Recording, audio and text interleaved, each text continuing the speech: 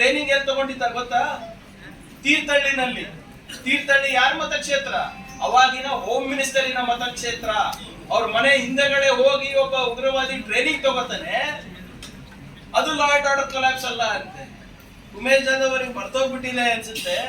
ನಳಿನ್ ಕುಮಾರ್ ಕಟೀಲ್, ಸುನಿಲ್ ಕುಮಾರ್ ಮತ್ತೆ ಬೇರೆ ಬೇರೆಯವರಿಗೆ ಯಾವುದೋ ಒಬ್ಬ ಹಿಂದೂ ಕಾರ್ಯಕರ್ತರಿಗೆ ರಕ್ಷಣೆ ಇಲ್ಲ ಅಂದ್ಬಿಟ್ಟು ಗಾಡಿ ಹತ್ತಕ್ ಬಿಟ್ಟಿಲ್ಲ. ನೆನ್ಪೋಗ್ಬಿಟ್ಟಿದ್ಯಾ ಅವರಿಗೆ? That is called law and order collapse. Sitting cabinet ಮಿನಿಸ್ಟರ್ಸ್ಗೆ ಅವ್ರ ಗಾಡಿ ಹತ್ತಕ್ ಬಿಟ್ಟಿಲ್ಲ. ಅಲ್ಲಿ ಮಂಗಳೂರು ಕಡೆ, ದಕ್ಷಿಣ ಕನ್ನಡ ಕಡೆ, ಉತ್ತರ ಕನ್ನಡದಲ್ಲಿ ಅವಾಗ ಎಲ್ಲ that is law and order collapse. ಅಖಿಲ ಭಾರತ ವಿದ್ಯಾ ಪರಿಷತ್ ABVP ನಿಮ್ ಸ್ಟೂಡೆಂಟ್ ವಿಂಗು ಹೋಗಿ ಅವಾಗಿನ ಬಿಜೆಪಿಯ ಹೋಮ್ ಮಿನಿಸ್ಟರ್ ಆಫೀಸ್ ಮೇಲೆ ದಾಳಿ ಮಾಡಿದ್ರು. ಕಚೇರಿ ನುಗ್ಗಿ ಧ್ವಂಸ ಮಾಡಿದ್ರಲ್ಲ. ಏನಂತ? ಇಲ್ಲಿ ನಮ್ಗೆ ರಕ್ಷಣೆ ಇಲ್ಲ ಅಂದ್ಬಿಟ್ಟು. That is law and order collapse. ಇದಕ್ಕೆ ಲಾ ಅಂಡ್ ಆರ್ಡರ್ ಕೊಲ್ಯಾಪ್ಸ್ ಅಲ್ಲ. ಇದೇ ನಮ್ ಕಲಬುರ್ಗಿ ಮಾತಾಡ್ಬೇಕಂದ್ರೆ ನಿಮ್ಮ ಇವ್ರ ಕಾಲದಲ್ಲಿ ತಮ್ಗೆಲ್ಲರಿಗೂ ನೆನಪಿರ್ಬೇಕು. ಹಿಂದಿನ ಕಮಿಷನರ್ಗಳು, ಹಿಂದಿನ ಕೆಲವು ಸರ್ಕಾರಿ ಅಧಿಕಾರಿಗಳು ಯಾರ ಮನೆಗೆ ಹೋಗಿ ಊಟ ಮಾಡ್ತಾ ಇದ್ರು ರೀ? ಯಾರ ಮನೆಗೆ ಹೋಗಿ ಊಟ ಮಾಡ್ತಾ ಇದ್ರು? ರೌಡಿ ಶೀಟರ್ಸ್ ಮನೆಗೆ ಹೋಗಿ ಊಟ ಮಾಡ್ತಾ ಇದ್ರು.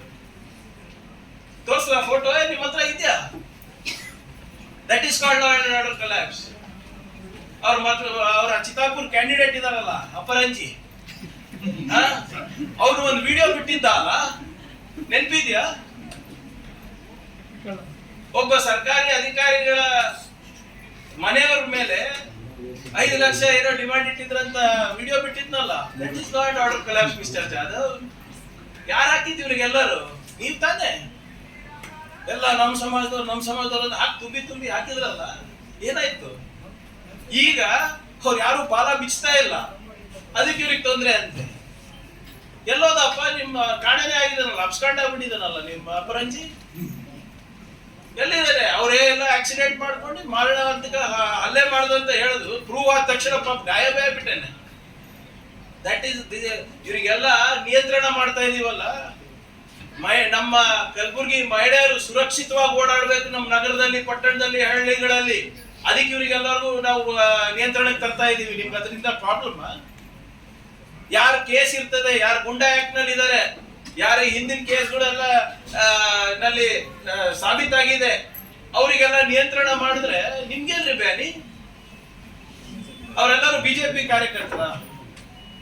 ಬಿಜೆಪಿ ಕಾರ್ಯಕರ್ತರಿದ್ರೆ ನೀವು ಕಚೇರಿನಲ್ಲಿ ಇಟ್ಕೊಳ್ಳಿ ಅಥವಾ ಮನೇಲಿ ಇಟ್ಕೊಳ್ರಿ. ಅದನ್ನ ನಾವು ನಗರದಲ್ಲಿ ಸೂಪರ್ ಮಾರ್ಕೆಟ್ಗಳಲ್ಲಿ ದುಬಾರಿ ಬೆಲೆಗಳು ಕೊಟ್ಟು ಖರೀದಿ ಮಾಡ್ತಾ ಇದ್ದೀವಿ.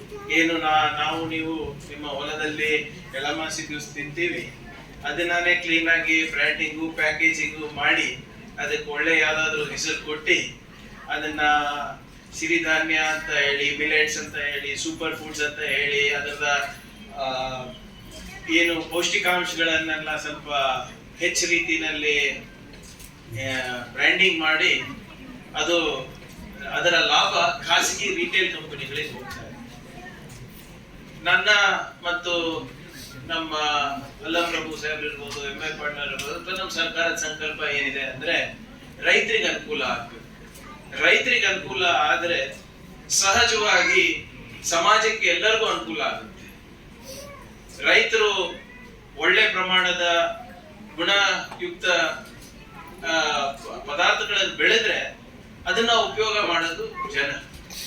ಈಗ ನಮ್ಮ ರೈತಾಪಿ ವರ್ಗಕ್ಕೆ ಸರಿಯಾಗಿ ನೋಡ್ಕೊಂಡ್ರೆ ಅವರು ಬೆಳೆಯುವಂತ ಜೋಳ ನಮ್ಮ ಜಿಲ್ಲೆಯಲ್ಲಿ ಏನಿಲ್ಲ ಅಂದ್ರೂ ಸುಮಾರು 1 ಟನ್ ಜೋಳವನ್ನ ನಾವು ಬಿಳಿ ಜೋಳವನ್ನ ನಾವು ಬೆಳೀತಾ ಇದ್ದೇವೆ.